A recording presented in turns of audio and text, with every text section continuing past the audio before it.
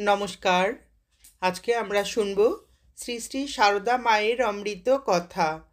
জয়রামবাটিতে শ্রীমা রাজরাজেশ্বরী ছিলেন না।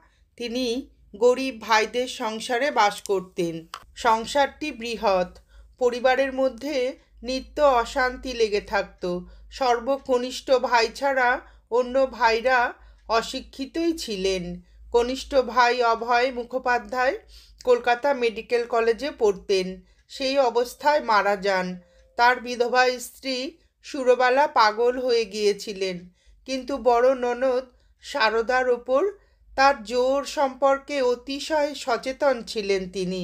সেই জন্য তিনি বেশি মাত্রায় ঈর্ষা কাতরও ছিলেন।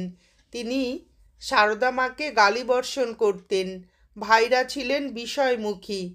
তারা দিদির কাছ থেকে সবসময় কিছু আদায় করার চেষ্টা করতেন।